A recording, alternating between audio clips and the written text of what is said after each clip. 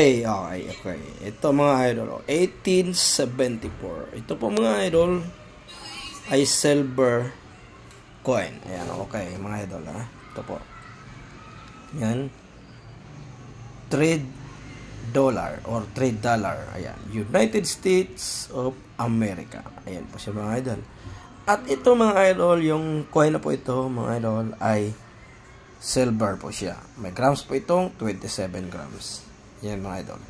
At marami po nitong mga fake na ganitong lumabas mga idol. Kaya dapat po marunong kayo tumingin or marunong po kayo ng tumingin ng mga silver coins. Ganito po. Dahil mayroong fake. Depende po yan sa grams. Yan. Ito ay ayan o, $3. Napakabihira po nito mga idol. Ang presyo po nito ay nasa 10K pataas po mga idol. Depende yan sa ganda ng inyong $3. Ito po siya maganda ay nasa 10K pataas po ang kanyang halaga. Ayan mga idol. May napakaganda oh. Ayan.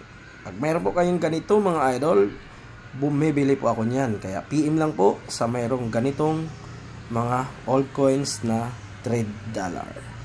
Ayan mga idol oh, $3 ang tawag po dito mga idol.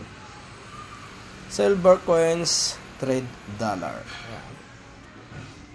Maganda po itong pang koleksyon at mabilis mabili pag bininta nyo sa mga kolektor.